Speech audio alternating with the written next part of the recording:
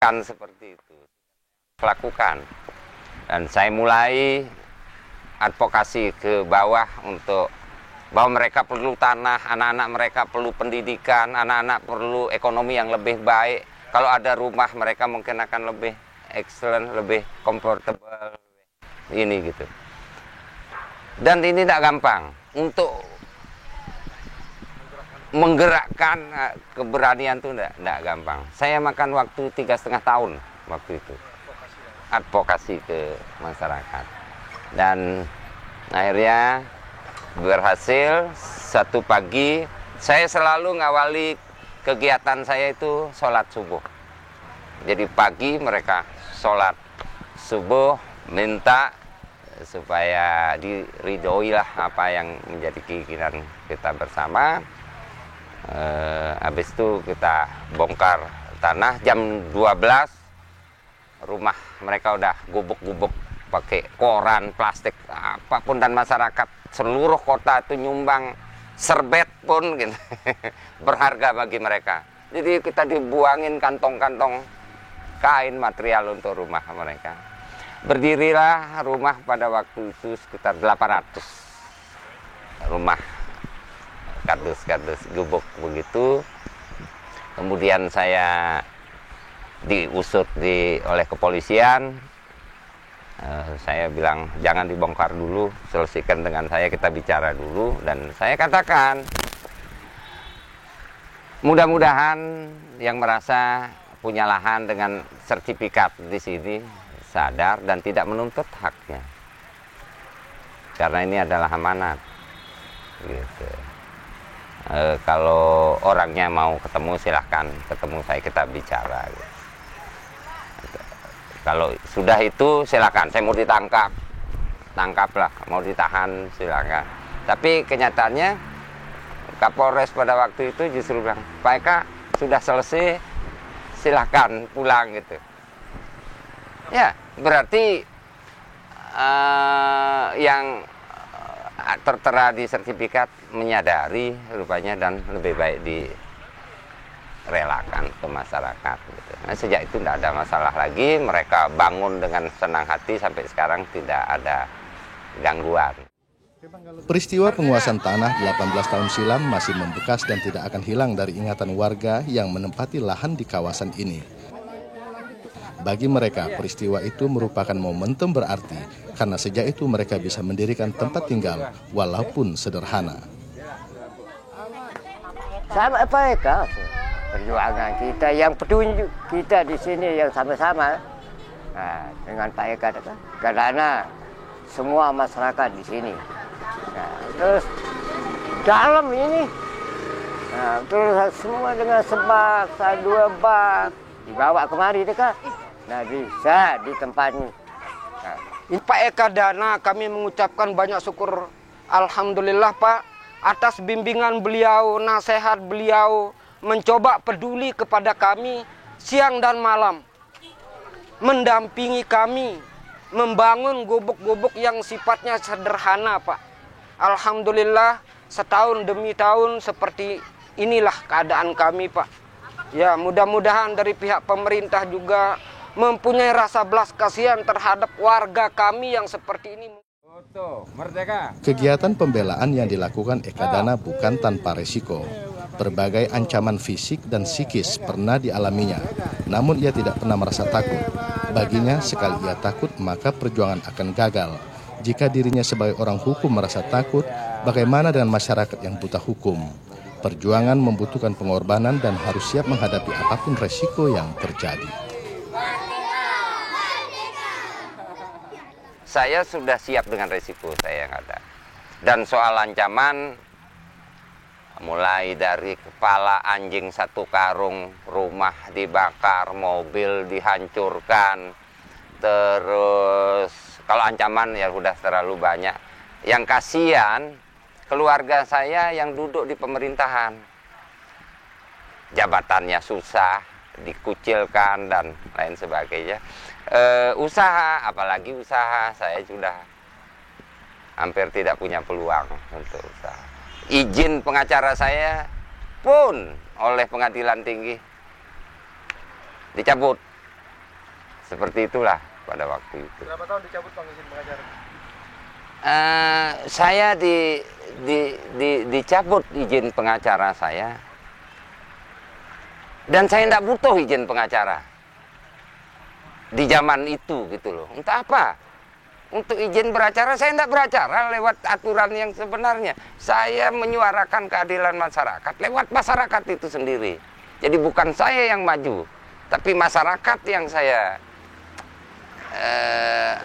jelaskan masalahnya kayak apa dan hukumnya kayak apa, sehingga mereka mampu mengimplementasikan persoalannya dan mampu berdialog, mampu berdiskusi. Saya hadapkan dengan ahli hukum, persoalannya mereka sudah kuasai semua. Berjuang bersama masyarakat bagi Eka Dana adalah kewajiban, tetapi ia juga harus memikirkan ekonomi keluarganya. Anak-anaknya semakin bertambah besar dan membutuhkan biaya untuk sekolah.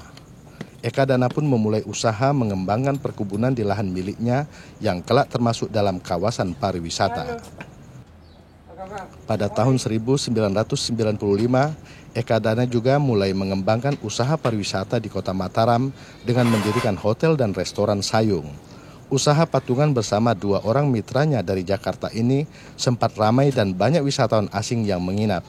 Namun setelah terjadi bom Bali dan kerusuhan Mataram pada tahun 2000, usaha ini nyaris bangkrut karena sepi pengunjung.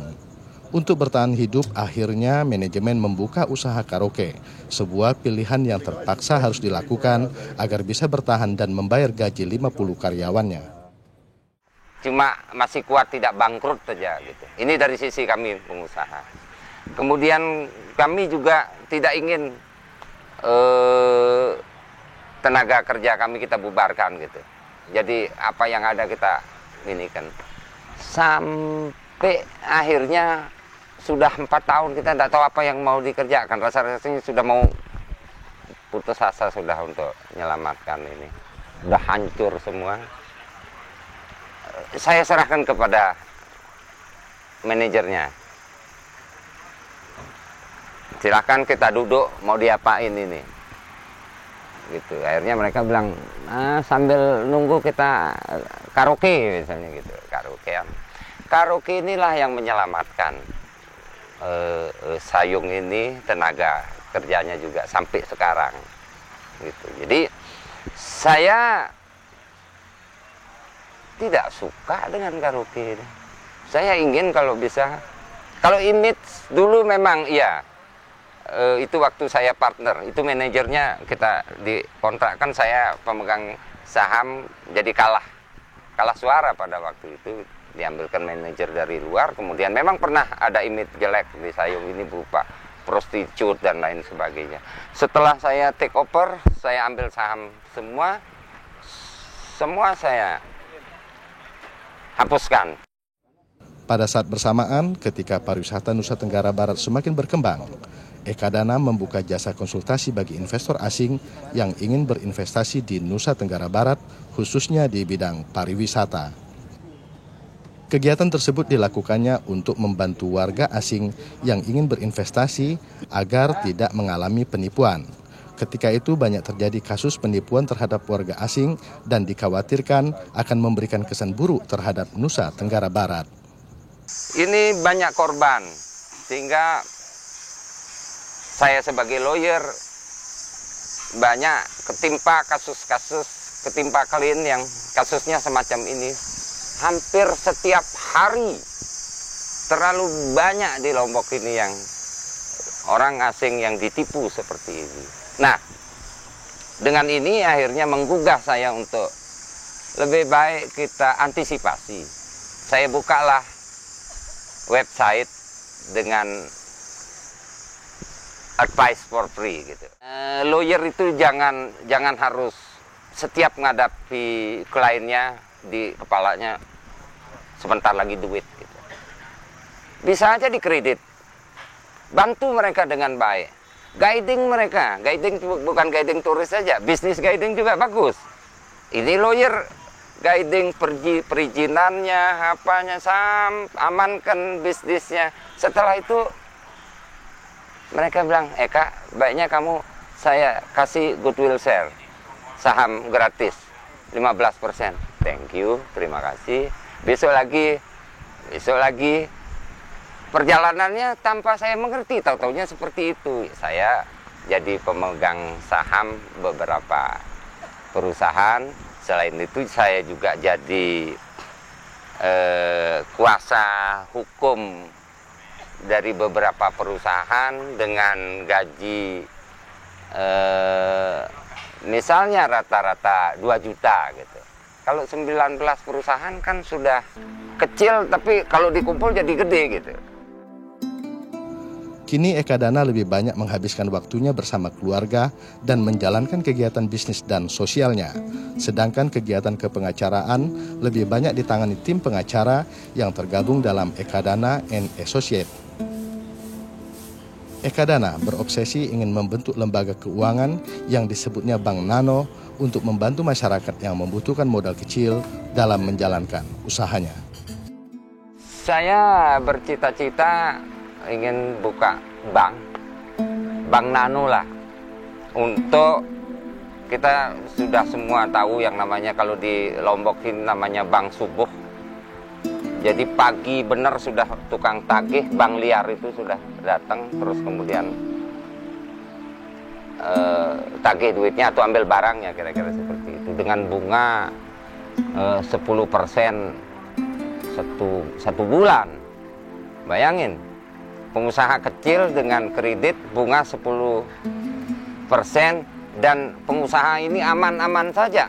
Di mana polisi kita, di mana penegakan hukum kita, di mana perlindungan masyarakat kita terhadap mereka. Dan dia akan semakin kecil dan semakin kecil.